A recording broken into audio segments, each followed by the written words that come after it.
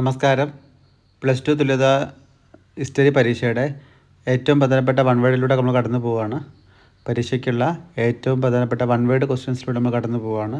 അപ്പോൾ എല്ലാവരെയും ക്ലാസ്സിലെ സ്വാഗതം ചെയ്യുന്നു. അവിടെ ആദ്യത്തെ ചോദ്യം EMSൻ്റെ പുസ്തകത്തിൻ്റെ പേര് ചോദിക്കാം. EMSൻ്റെ പുസ്തകം നമ്മുടെ EM ശങ്കരൻ നമ്പൂതിരിപ്പാടല്ല EMS രചിച്ച ഗ്രന്ഥമാണ് 1.25 കോടി മലയാളികൾ. 1.25 കോടി മലയാളികൾ എന്നത് EMS രചിച്ച ഗ്രന്ഥമാണ്. അപ്പോൾ EM ശങ്കരൻ നമ്പൂതിരിപ്പാടാണ് EMS രചിച്ച ഗ്രന്ഥത്തിൻ്റെ പേരാണ് 1.25 കോടി മലയാളികൾ. ലാസ്റ്റ് പാഠത്തിന് വരുന്നൊരു ചോദ്യമാണത്. 1.25 കോടി മലയാളികൾ ആരുടെ ഗ്രന്ഥമാണ്? EMS. അതേപോലെ തന്നെ ഈ ലാസ്റ്റ് ചാപ്റ്ററിലുള്ള അതായത് പേജ് നമ്പർ 183 ബോക്സുകളുണ്ടല്ലോ, ഓരോ ഇതിനെ പരിചയപ്പെടുത്തുന്നുണ്ടല്ലോ. അപ്പോൾ സമത്വ സമാജത്തിൻ്റെ ആൾ വൈകുണ്ഠസ്വാമികൾ. സമത്വ സമാജം വൈകുണ്ഠസ്വാമികളാണ്. അതിൽ ആ സ്വാമീൻ്റെ മാച്ച് ചെയ്ത് വെച്ചാൽ ഓർമ്മ ഉണ്ടാവും. വൈകുണ്ഠസ്വാമിൻ്റെ സ്വാമിയും സമത്വത്തിൻ്റെ അപ്പോൾ രണ്ട് അക്ഷരങ്ങൾ മാച്ച് ചെയ്ത് വെച്ചാൽ ഓർമ്മ നിൽക്കുന്നത്. അപ്പോൾ വൈകുണ്ഠസ്വാമികൾ എന്താണ്? സമത്വ സമാജം വൈകുണ്ഠസ്വാമികൾ. ശ്രീനാരായണ ഗുരു എന്താണ്? ശ്രീനാരായണ ധർമ്മപരിപാലന യോഗമാണ് ശ്രീനാരായണ ഗുരുവിൻ്റെ പ്രസ്ഥാനം. പിന്നെ അയ്യങ്കാളി സാധുജന പരിപാലന സംഘം.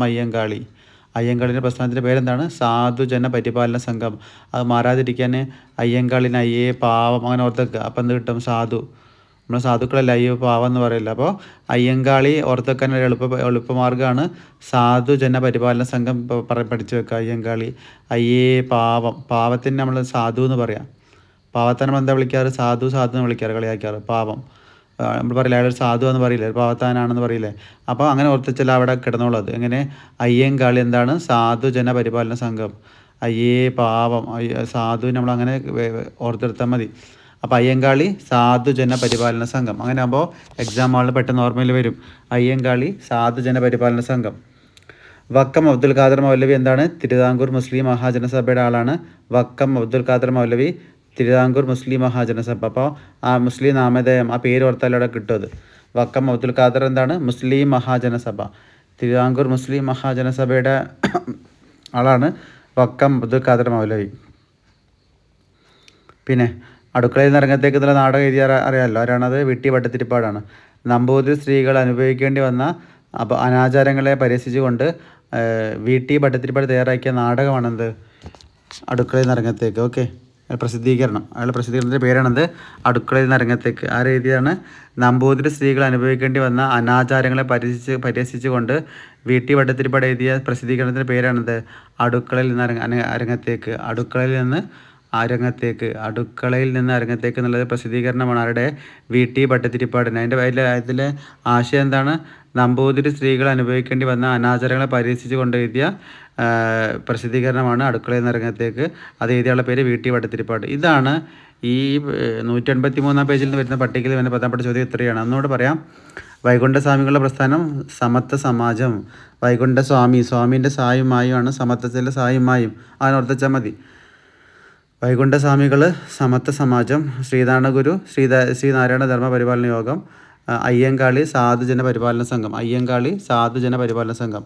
തിരുവിതാംകൂർ മുസ്ലിം മഹാജനസഭ അബ്ദുൽ ഖാദർ മൗലവി, വക്കം അബ്ദുൽ ഖാദർ മൗലവി. പിന്നെ അടുക്കളയിൽ നിന്ന് രംഗത്തേക്ക് എന്നുള്ള പ്രസിദ്ധീകരണം ആരുതാണ്? VT ഭട്ടതിരിപ്പാടിൻ്റെ അടുക്കളയിൽ നിന്ന് രംഗത്തേക്ക്.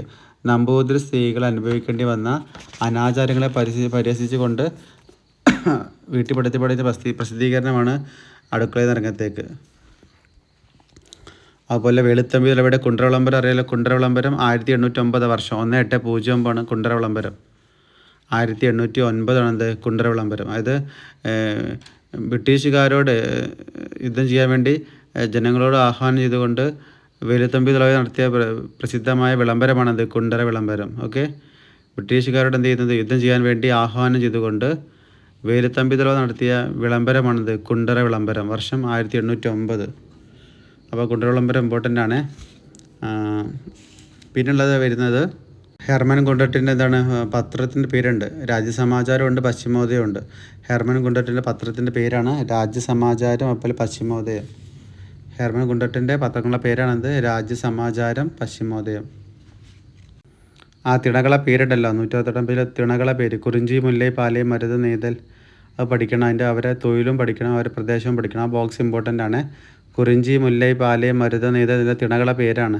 എന്താ തിണകൾ? പ്രാചീന തമിഴകത്തിൻ്റെ ഭാഗമായിരുന്ന ഭൂപ്രദേശങ്ങൾ വിളിക്കുന്ന പേരാണ് തിണകൾ. പ്രാചീന തമിഴകത്തിൻ്റെ ഭാഗമായിരുന്ന ഭൂപ്രദേശങ്ങൾ വിളിക്കുന്ന പേരാണ് തിണകൾ. 5 തിണകൾ ഉണ്ടാകുന്ന പേരാണ് കുറിഞ്ചി, മുല്ലൈ, പാലൈ, മരുതനെയ്തൽ. കുറിഞ്ചി, മുല്ലൈ, പാലൈ, മരുതനെയ്തൽ. കുറിഞ്ചി, മുല്ലൈ, പാലൈ, മരുതനെയ്തൽ. കുറിഞ്ചിയുടെ ജോലി വേട്ടയാടലും ഭക്ഷ്യശേഖരണമാണ്. പർവ്വതപ്രദേശത്ത് കാണുന്നു. മുല്ലൈക്കാരുടെ വനപ്രദേശത്ത് കാണുന്നവരാണ്. അവർ കാലിമേക്കലാണ് ജോലി. പാലൈ പിടിച്ചു പറിക്കുന്ന ആൾക്കാർ, അതായത് കവർച്ച ആൾക്കാരാണ് പാലൈ, വരണ്ട പ്രദേശം. മരുതം മണ്ണാണ്, അതായത് കൃഷിയാണ് അവരുടെ പ്രധാന തൊഴിൽ. നദീതടത്തിൽ താമസിക്കുന്നത്. നെയ്തൽ പറഞ്ഞാൽ തീരപ്രദേശം, ബീച്ച് ഏരിയയിൽ താമസിക്കുന്നവരാണ്. അപ്പോൾ അവരുടെ ജോലി ഉപ്പ് കുറുക്കലും മീൻപിടുത്തമാണ്. അപ്പോൾ അവരുടെ ജോലിയും അവരുടെ പ്രദേശത്തിൻ്റെ പേരും തിണകളുടെ പേരും പഠിച്ചിരിക്കണം. അത് ഇമ്പോർട്ടൻ്റ് ആണ്. ക്യാബിനറ്റ് മിഷൻ അംഗങ്ങൾ അറിയാമല്ലോ അല്ലേ? Pethick Lawrence, sir Stafford Cripps, A V. Alexander. ഇവരാണിത് ക്യാബിനറ്റ് മിഷൻ അംഗങ്ങൾ. അധികാര കൈമാറ്റത്തെക്കുറിച്ച് ചർച്ച ചെയ്യാൻ വേണ്ടിയിട്ട് 1946 മാർച്ച് മാസത്തിലെ ബ്രിട്ടൻ ഇന്ത്യയിലേക്ക് അയച്ചൊരു സംഘമുണ്ട്. 3 പേരടങ്ങുന്ന സംഘം. Pethick Lawrence, sir Stafford Cripps, A V. Alexander. ഇവരുടെ ഈ സംഘത്തെ വിളിക്കുന്ന പേരാണ് ക്യാബിനറ്റ് മിഷൻ. ആ ക്യാബിനറ്റ് മിഷൻ ചോദിക്കാറുണ്ട്, ഇമ്പോർട്ടൻ്റ് ആണ്. 11ാമത്തെ പാഠത്തിലാണ് എസ് അറിയാമല്ലോ അല്ലേ? അതിലൊരു 4-5 സമരങ്ങൾ പഠിച്ചു വെക്കണം. ഉദാഹരണത്തിന് ചമ്പാരൻ സമരം, ഗാന്ധിജിയുടെ ആദ്യത്തെ സമരമാണ് ചമ്പാരൻ സമരം പഠിച്ചു വെക്കുക. നിസ്സഹരണ പ്രസ്ഥാനം പഠിച്ചു വെക്കുക. ജാലിയൻ വാലാബാഗ്, അങ്ങനെ ഉപ്പ് സത്യാഗ്രഹം, അതുപോലെ ഹിറ്റ് ഇന്ത്യ, അതിൻ്റെ 4-5 സമരങ്ങൾ കുറിച്ചിട്ട് ഡീറ്റെയിൽ ആയിട്ട് പഠിച്ചു വെക്കുക. അതിൻ്റെ വീഡിയോ ചെയ്തിട്ടുണ്ട് ഞാൻ. അതാണ് നമ്മുടെ പരീക്ഷയ്ക്ക് എസ് വരാൻ സാധ്യതയുള്ളൊരു മോസ്റ്റ് ഇമ്പോർട്ടൻറ്റ് ക്വസ്റ്റ്യൻ ആണ്. ഗാന്ധിജിയുടെ നേതൃത്വത്തിൽ നടന്ന സമരങ്ങളെ കുറിച്ചിട്ട് ഒരു 4 സമരങ്ങൾ ചെയ്തിട്ടുണ്ട്. അപ്പോൾ 1.5 പുറത്തിലേക്ക് എത്തും. അതൊരു പ്രധാനപ്പെട്ട എസ് ആണ്. അത് നോക്കി പോകണം. അതിൻ്റെ വീഡിയോ ഞാൻ ചെയ്തിട്ടുണ്ട്. നിങ്ങൾ കണ്ടുപിടിച്ച് പഠിക്കണം, ഇമ്പോർട്ടൻ്റ് ആണ്. മാപ്പിന് സാധ്യതയുള്ള ചാപ്റ്ററാണ് 135ാമത്തെ പേജിലുള്ളത്. 135ാമത്തെ പേജിലാണ് മാപ്പ് വരാൻ സാധ്യതയുള്ളൊരു ഭാഗമാണ്. ഇന്ത്യയിലെ 1857 കലാപത്തിൻ്റെ കേന്ദ്രങ്ങളാണ്. കലാപത്തിൻ്റെ പ്രധാന സ്ഥലങ്ങൾ കൊടുത്ത മാപ്പാണത്. മീററ്റ്, ഡൽഹി, അലിഗഡ്, മധുര, ആഗ്ര, ഝാൻസി, അലഹബാദ്, ഫൈസാബാദ്, അങ്ങനെ ആറ, അവധ്, കാൺപൂർ, ലക്നൗ. കണ്ടില്ലേ? മാപ്പ് അടയാളപ്പെടുത്താൻ ചോദിക്കും പരീക്ഷയ്ക്ക്. 5 സ്ഥലങ്ങൾ അടയാളപ്പെടുത്താൻ ചോദിക്കും. അപ്പോൾ അതിൽ പ്രധാനപ്പെട്ട ഒരു മാപ്പാണ് ഇത്. 135ാമത്തെ പേജിലാണ് എന്തായത് മാപ്പ് സ്റ്റഡീൻ്റെ ക്വസ്റ്റ്യൻ വരുന്നത്. 2ാമത്തെ എസ്സെയാണ് നമ്മൾ പ്രതീക്ഷിക്കുന്നത്. 2ാമത്തെ എസ്സെയാണ് 1887 വിപ്ലവം. 10ാമത്തെ പാഠത്തിൽ നിന്ന് 2ാമത്തെ എസ്സെ പ്രതീക്ഷിക്കുന്നുണ്ട്. അക്ബർനാമ അറിയാമല്ലോ? അബുൽ ഫസലാണ് അക്ബർനാമ എഴുതിയത്. അത് ബാദ്ഷാനാമ ആണെങ്കിൽ അബ്ദുൽ ഹമീദ് ലഹോരിയാണ്. പിന്നെ നാസ്റ്റലിക് എന്ന് പറഞ്ഞാൽ അത് കയ്യെഴുത്ത് ശൈലിയാണ്. മുഗൾ കാലഘട്ടത്തിലെ കയ്യെഴുത്ത് ശൈലി വിളിക്കുന്ന പേരാണ് നാസ്റ്റലിക്. പിന്നെ സമ്പൂർണ്ണ സമാധാനം, അതിൻ്റെ അർത്ഥം സുൽഹിക്കുല്ലാണ്. അക്ബറിൻ്റെ ആശയം, നയം, അതിൻ്റെ പേരാണ് സുൽഹിക്കുല്ല്. അതിൻ്റെ അർത്ഥം സമ്പൂർണ്ണ സമാധാനം എന്നുള്ളതാണ്. പിന്നെ ഹാരയം എന്നുള്ള വാക്കിൻ്റെ അർത്ഥം അന്തപുരം എന്ന് പറഞ്ഞാൽ. ഹാരയം എന്താണ്? അന്തപുരം. പേജ് നമ്പർ 109 ഒരു ചോദ്യമുണ്ട്. അത് മുഗൾ ഭരണ സമ്പ്രദായത്തിൻ്റെ കുറിച്ച് ഒരു ഇത് കൊടുത്തിട്ടുണ്ട്. മുഗൾ ഭരണ സമ്പ്രദായം എങ്ങനെയാണെന്നുള്ള, അതിൻ്റെ മന്ത്രിസഭ, അവിടുത്തെ മുഗൾ മന്ത്രിസഭ എങ്ങനെയാണെന്നുള്ളതാണ്. മീർബാക്ഷി, ദിവാനിയാല, സദർ എന്നുള്ള ഇതിൽ 3 വിഭാഗത്തിലാണ് തിരിച്ചിട്ടുണ്ട്. മുഗൾ ഭരണ സമ്പ്രദായത്തിലെ മുഗൾ ഭരണ സമ്പ്രദായം 3 രീതിയിൽ തിരിച്ചിട്ടുണ്ട്. മീർബാക്ഷി, ദിവാനിയാല, സദർ. മീർബാക്ഷി, ദിവാനിയാല, സദർ. എന്താ മീർബാക്ഷി? സൈനിക വകുപ്പിൻ്റെ തലവനാണെന്ത്? മീർബാക്ഷി. മുഗൾ ഭരണ സമ്പ്രദായത്തിലെ സൈനിക വകുപ്പിൻ്റെ തലവനാണെന്ത്? മീർബാക്ഷി. എന്നാലും മുഗൾ ഭരണ സമ്പ്രദായത്തിൽ ധനകാര്യമന്ത്രി വിളിക്കുന്ന പേരാണ് ദിവാൻ ഇ അല. ധനകാര്യമന്ത്രിയാണ് മുഗൾ ഭരണ സമ്പ്രദായത്തിൽ. അതുപോലെ സദർ എന്താണ്? നീതിന്യായ കാര്യങ്ങളുടെ ചുമതലയാണ്. ഈ 3 വിഭാഗത്തിലാണ് ഇത് ഭരണ ചുമതല. ഇത് മന്ത്രിസഭ ഈ രീതിയിലാണ് പ്രവർത്തിച്ചിരുന്നത്. 1 മീർബാക്ഷി, 2 ദിവാനിയാല, 3 സദർ. മീർബാക്ഷി എന്ന് പറയുമ്പോൾ സൈനിക വകുപ്പിൻ്റെ തലവന്, ദിവാനിയാല പറയുമ്പോൾ ധനകാര്യമന്ത്രി, സദർ നീതിന്യായ കാര്യങ്ങളുടെ എന്താണ് ചുമതല. Page number 107 നിർമ്മിതികളൊക്കെ പരിചയപ്പെടണം. ആഗ്രയിൽ ബാബർ നിർമ്മിച്ചത്, അതുപോലെ ഷാജഹാൻ നിർമ്മിച്ചത്, ഫത്തേപൂർ സിക്രി അക്ബർ നിർമ്മിച്ചത്, ലാഹോർ അക്ബർ നിർമ്മിച്ചത് തന്നെ. അത് നിർമ്മിതികളെ കുറിച്ചൊരു ചിത്രം വരുന്ന ഒരു പാഠമാണ് 107ാമത്തെ പേജിലെ. അപ്പോൾ അതിലൊരു നിർമ്മിതി ചോദിക്കാം. കഴിഞ്ഞ പരീക്ഷ ചോദിച്ചത് ഫത്തേപൂർ സിക്രി ആര് നിർമ്മിച്ചു എന്നാണ്, അക്ബർ. ഓക്കെ, അങ്ങനെ ഏതെങ്കിലും ഒരാൾ ചോദിക്കാം. നിർമ്മിതികളെ പേര് പഠിക്കണം, ഇമ്പോർട്ടൻ്റ് ആണ്. പിന്നെ അക്ബർനാമ, ബാദ്ഷാനാമ, ഹുമയൂൺ ഒക്കെ പഠിച്ചാണല്ലോ അല്ലേ? പിന്നെ കിതാബ് ഖാനി, ഇബാദത്ത് ഖാനി അറിയാമല്ലോ? കിതാബ് ഖാനി, ഇബാദത്ത് ഖാനം. കിതാബ് ഖാന പറയല്ലോ പുസ്തകം എഴുതാനും സൂക്ഷിക്കാനും ഉപയോഗിക്കുന്ന എഴുത്തുമുറിക്ക് വിളിക്കുന്ന പേരാണ് എന്ത്? കിതാബ് ഖാന. പുസ്തകം എഴുതാനും സൂക്ഷിക്കാനും വിളിക്കുന്ന എഴുത്തുമുറിയെ വിളിക്കുന്ന പേരാണ് ഈ കിതാബ് ഖാന. ഇബാദത്ത് ഖാൻ എന്താണ്? അക്ബർ വിവിധ മതങ്ങളുടെ നേതാക്കളുമായി ചർച്ച ചെയ്യാറുണ്ടായിരുന്നു.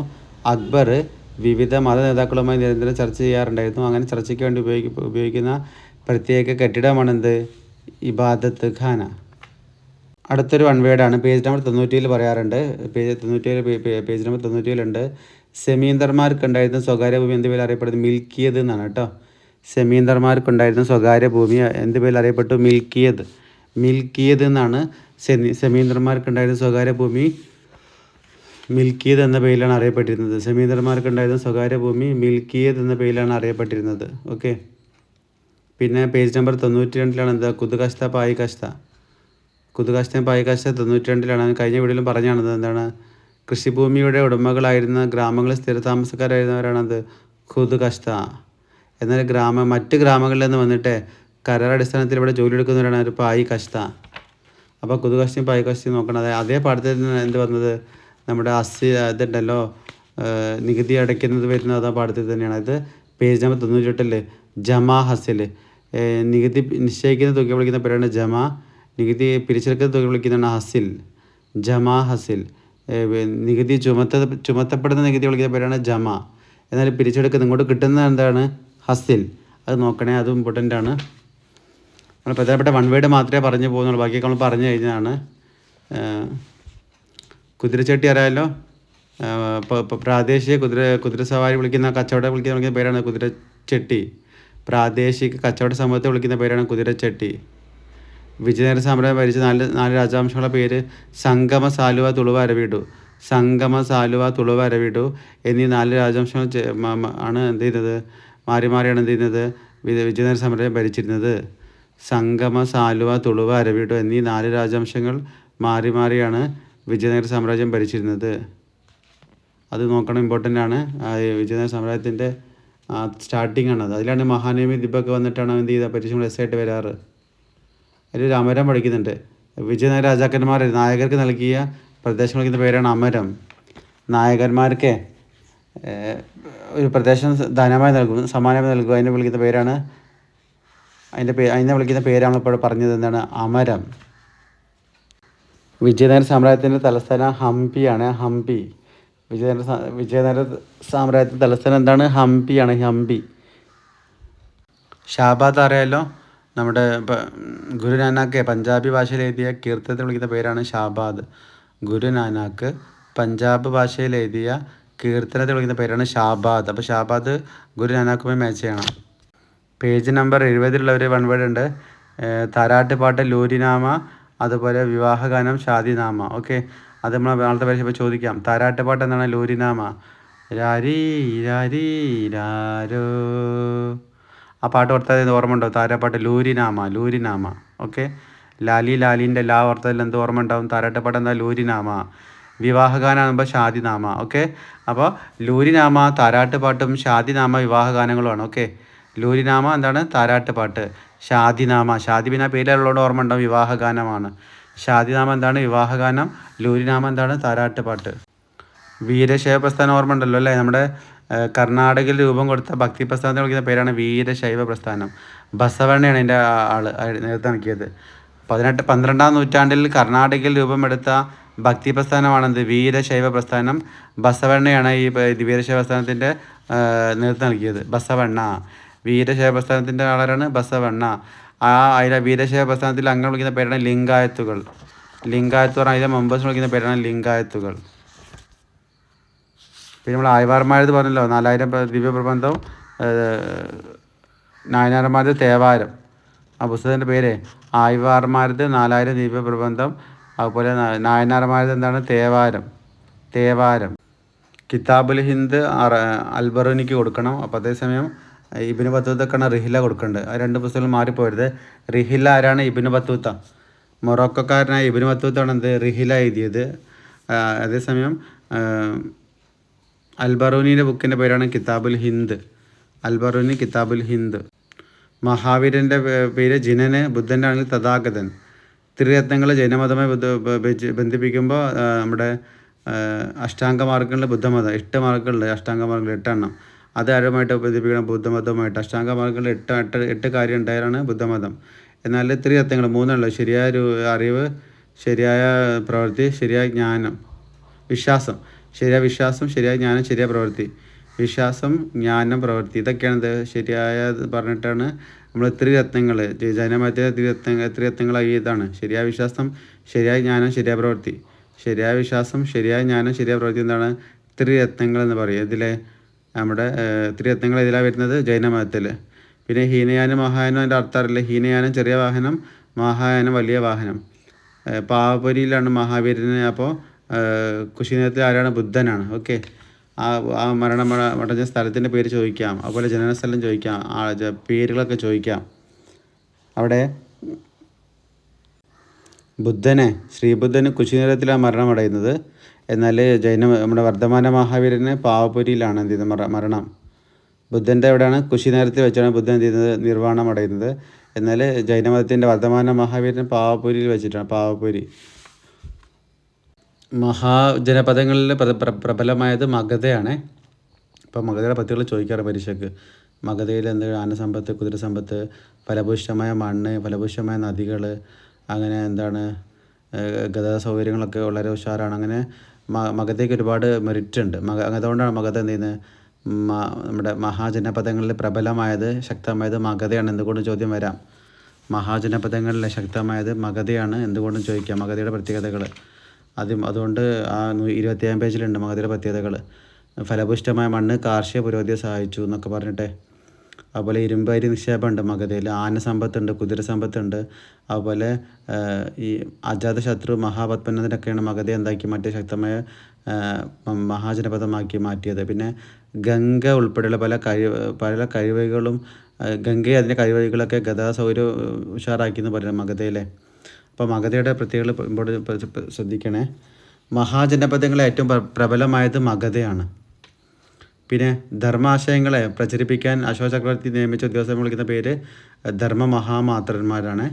ധർമാശയങ്ങൾ പ്രചരിപ്പിക്കാൻ അശോക ചക്രവർത്തി നിർമ്മിച്ച ആരായിരുന്നു? ധർമ്മമഹാമാത്രന്മാർ. സമുദ്രഗുപ്തനെ പറ്റി വിവരം നൽകുന്ന അലഹബാദ് സ്തംഭത്തിൻ്റെ പേര്, അതിൻ്റെ രചയിതാവ് അരിസേനനാണ് കേട്ടോ. സമുദ്രഗുപ്തനെ പറ്റി വിവരങ്ങൾ നൽകുന്ന അലഹബാദ് സ്തംഭലിഖിതത്തിൻ്റെ രചയിതാവ് അരിസേനൻ. നമ്മൾ ഈ ഗുപ്ത സാമ്രാജ്യം പഠിക്കുമ്പോൾ 3 പേര് പഠിക്കുന്നുണ്ട് ഗുപ്ത സാമ്രാജ്യത്തിൽ. ഒന്ന് ഗുപ്ത സാമ്രാജ്യ സ്ഥാപകൻ പഠിക്കുന്നുണ്ട്, ശ്രീഗുപ്തൻ. ഗുപ്ത സാമ്രാജ്യ സ്ഥാപകൻ ആരാണ്? ശ്രീഗുപ്തൻ. എന്നാൽ ആ ഗുപ്ത സാമ്രാജ്യത്തിനെ വിപുലപ്പെടുത്തിയത് സമുദ്രഗുപ്തൻ. ഗുപ്ത സാമ്രാജ്യ സ്ഥാപകൻ ശ്രീഗുപ്തനാണ്. എന്നാൽ ഗുപ്ത സാമ്രാജ്യം വിപുലപ്പെടുത്തിയത്, സമുദ്രം പോലെ ആക്കിയത് ആരാണ്? സമുദ്രഗുപ്തനാണ്. പിന്നെ സമുദ്രഗുപ്തനെ വെച്ചിട്ട് സ്തംഭലിഖിതം എഴുതിയുള്ള പേര് ഹരിസേനനാണ്. സമുദ്രഗുപ്തനെ പറ്റിയിട്ട് വിവരങ്ങൾ നൽകുന്ന ലിഖിതമാണ് അലഹബാദ് സ്തംഭലിഖിതം. ആ അലഹബാദ് സ്തംഭലിഖിതം എഴുതിയത് ഹരിസേനനാണ്. അങ്ങനെ 3 പേരുടെ പരാമർശിക്കുന്നുണ്ട് ഗുപ്ത സാമ്രാജ്യം. എന്താ ഗുപ്ത സാമ്രാജ്യം അറിയില്ലേ? ഞാനൊരു വീഡിയോ ചെയ്തിട്ടുണ്ട്. മൗര്യ സാമ്രാജ്യം, ഗുപ്ത സാമ്രാജ്യം ഇമ്പോർട്ടൻ്റ് ആണ് കേട്ടോ. അപ്പോൾ പഠിക്കണം നിങ്ങൾ. മൗര്യ സാമ്രാജ്യത്തിന് തകർച്ച ശേഷം ഉണ്ടായ സാമ്രാജ്യമാണ് ഗുപ്ത സാമ്രാജ്യം. ഗുപ്ത സാമ്രാജ്യം സ്ഥാപിച്ചത് ശ്രീഗുപ്തനാണ്. എന്നാൽ ഗുപ്ത സാമ്രാജ്യം സമുദ്രം പോലെ അതായത് വിപുലപ്പെടുത്തിയത് ആരാണ്? സമുദ്രഗുപ്തനാണ്. സമുദ്രഗുപ്തനെ വെച്ചിട്ട് അലഹബാദ് സ്തംഭലിഖിതം രചിച്ചത് ആരാണ്? ഹരിസേനനാണ്. അലഹബാദ് സ്തംഭലിഖിതം രചിച്ചത് ഹരിസേനനാണ്. പിന്നെ മാപ്പിൻ്റെ ക്വസ്റ്റ്യൻ വരെ സാധ്യതയുള്ള 26-ാമത്തെ പേജിലുണ്ട്. നമ്മളെ 16 മഹാജനപദങ്ങളായിട്ട് ഒരു ഭാഗം വരുന്നുണ്ട്.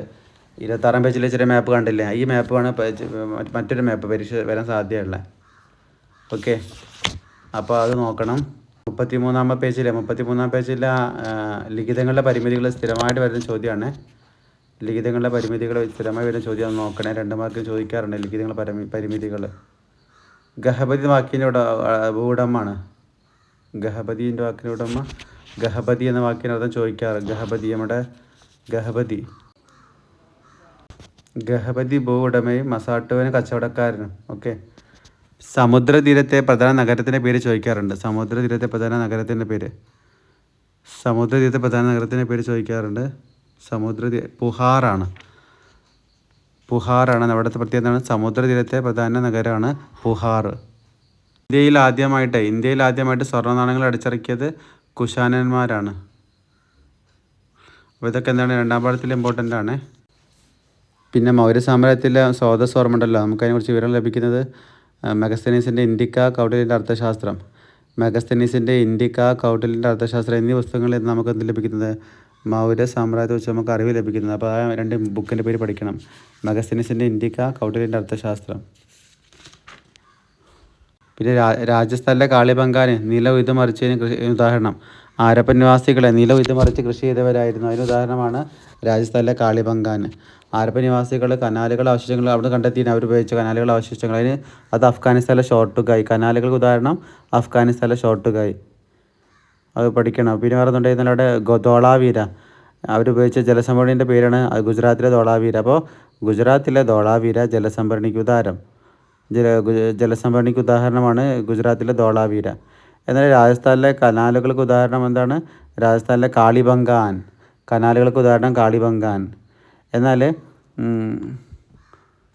കനാലുകൾക്കല്ല, രാജസ്ഥാനിലെ കാളിബംഗാനാണ് ഉദ്ദേശിച്ചത്. കാളിബംഗാൻ. രാജസ്ഥാനിലെ കാളിബംഗാൻ എന്തിന് ഉദാഹരണമാണ്? നിലം ഉഴുതുമറിച്ച് കൃഷി ചെയ്ത ഉദാഹരണമാണ് എന്ത്? കാളിബംഗാൻ. നിലം ഉഴുതുമറിച്ച് കൃഷി ചെയ്തവരായിരുന്നു ആര്?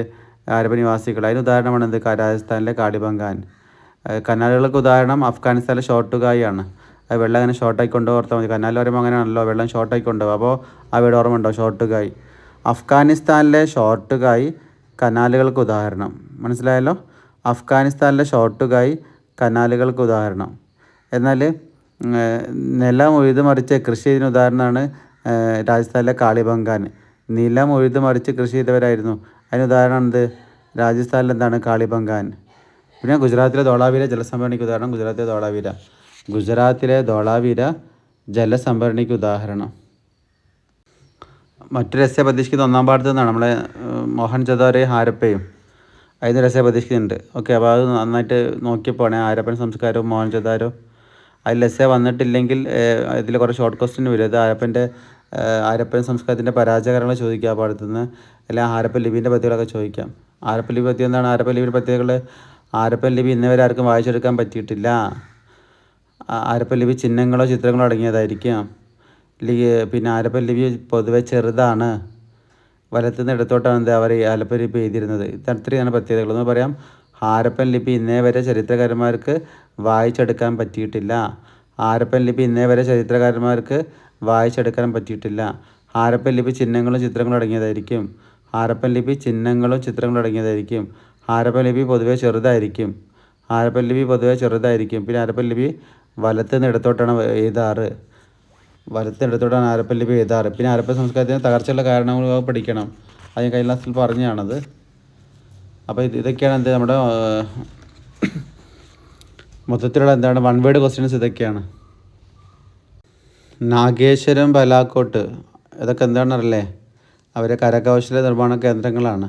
ഹാരപ്പൻ സംസ്കാര നിവാസികളുടെ കരകൗശല നിർമ്മാണ കേന്ദ്രങ്ങളുടെ പേരാണ് നാഗേശ്വരം, ബലാക്കോട്ട്. അതിൽ കടൽ തീരത്ത് സ്ഥിതി ചെയ്യുന്ന ഒരു ഹാരപ്പൻ കരകൗശല നിർമ്മാണ കേന്ദ്രത്തിൻ്റെ പേര് ചോദിക്കാം. അതെന്താണ്? കടൽ തീരമാകുമ്പോൾ അതാണ് ബലാക്കോട്ട്. കടൽ തീരത്തുള്ളതാണത് ബലാക്കോട്ട്. നാഗേശ്വരം, ബലാക്കോട്ട് അങ്ങനെ രണ്ടെണ്ണം ഉണ്ട്. അതിൽ കടൽ തീരത്തുള്ളത് നാഗേശ്വരം.